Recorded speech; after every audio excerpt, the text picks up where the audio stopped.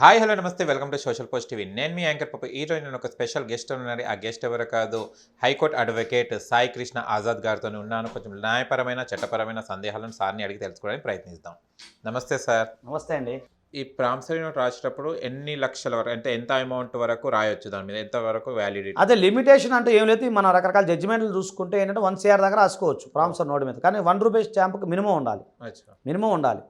So ₹1 stamp compulsory ఉండాలి. తర్వాత రేపు పొద్దున ఏదన్నా అంటే ఇతను ఇచ్చే డబ్బులు అనేవి ఎక్కడి నుంచి వచ్చినది కూడా చూపించగలగాలి. చిన్న చిన్న 1,50,000 అనేది కామన్ అందరి దగ్గర ఉంటాయి. ఎక్కువ మొత్తాల్లో అంటే ఇప్పుడు మీరు అన్నట్టు 1 CR అనుకోండి, ఎక్కువ మొత్తాల్లో ఇచ్చేటప్పుడు రేపు పొద్దున ఏదైనా లిటిగేషన్ స్టార్ట్ అవుతే మరి 1 CR మీరు వైట్ మనీ చూపించగలగాలి. అంతే కదా సార్? సో అట్లా ఉండాలి. అంత మీ కెపాసిటీని బట్టి మీరు ఎంత ఇచ్చుకోవచ్చు, దాని గురించి ఇబ్బంది ఏం లేదు. ఓకే. కొంతమంది ప్రామిసరీ నోట్ కాకుండా ₹100 ఏదైతే స్టాంప్ ఉన్నదో అది కూడా వాడుతుంటారు. అది చెల్లుబాటు అవుతుంది? చెల్లుబాటు అవుతుందండి. అట్లేం లేదు. ఇప్పుడు అసలు ఈ ప్రామిసరీ నోటు రెవెన్యూ ₹1 ఇవన్నీ ఎందుకు పెట్టారంటే గవర్నమెంట్కి ఆదాయం కోసం పెట్టారు. ఓకే. ఓపెన్ చెప్పండి, అంతే కదండి. సో అదొకటి లీగల్ ఎంటైటిల్ కోసం అది పెట్టారు. కాబట్టి మీరు ₹10 బాండ్ పేపర్ మీద రాసుకున్న ఏమీ కాదు, ₹1 స్టాంప్ పేపర్ పెట్టుకున్న ఏమీ కాదు. ఇంకోటి జనరల్గా ఏంటంటే ప్రామిసరీ నోటు అనేది కూడా నెగోషియబుల్ ఇన్స్ట్రుమెంట్. ప్రామిసరీ నోటు ఈజీగా ట్రాన్స్ఫర్ కూడా చేయొచ్చు. అంటే ఉదాహరణకి ఇప్పుడు నేను మీకు ప్రామిసరీ నోట్ రాసి ఇచ్చాను అనుకోండి. ఇప్పుడు నేను మీ దగ్గర 1 lakh అప్పు తీసుకున్నా. సో మీరేం చేస్తారంటే ఈ ప్రామిసరీ నోట్ వేరే వాళ్ళు కూడా బదలాయించవచ్చు. అరే ఈ డబ్బులను వసూలు చేసుకోరా బాబు అని చెప్పి అతనికి ట్రాన్స్ఫర్ కూడా చేయొచ్చు. సో ఇది ఈజీ అనమాట, ఈజీ ప్రొసీజర్ ఇవన్నీ ఉంటాయి. సో ఇంకొకటి ఏంటంటే ఈ మెయిన్ ఏంటంటే ఈ ప్రామిసరీ నోట్లకు సంబంధించి నేను అదే చెప్తాను, ఎవరైనా ఏదైనా 2 విట్నెస్లు కంపల్సరీ ఉండాలి. మీరు రాసి ఇవ్వకూడదు, మళ్ళీ మన చేయి ఉండొద్దు.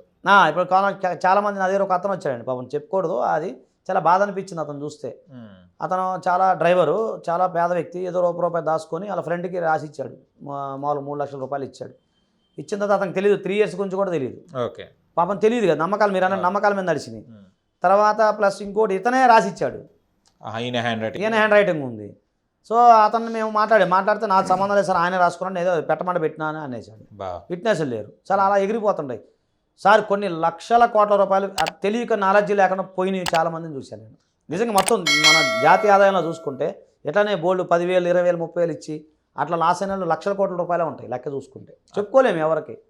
మనం అప్పు ఇచ్చేటప్పుడు మన హ్యాండ్ రైటింగ్ మన చేతుల రాయకూడదు, మూడో వ్యక్తి రాయించిన లేదా తీసుకున్న వ్యక్తి చేత రాయించితే ఇంకా ప్రాబ్లం ఉండదు, ఇంకా బెస్ట్ కదా.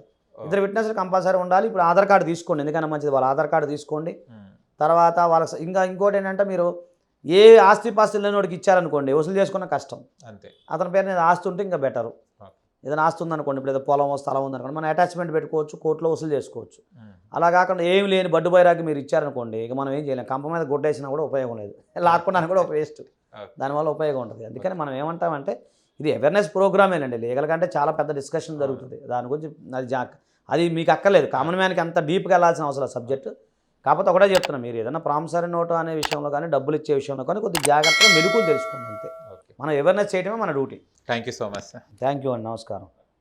చూశారు కదా ఫ్రెండ్స్, మీకు కనుక ఈ వీడియో నచ్చిన లైక్ చేయండి, షేర్ చేయండి, కామెంట్ చేయండి, సబ్స్క్రైబ్ చేయండి ఛానల్. అక్కడ గంట సమయం టంగున కొట్టండి. నేను మీ యాంకర్ పప్పు. Bye bye.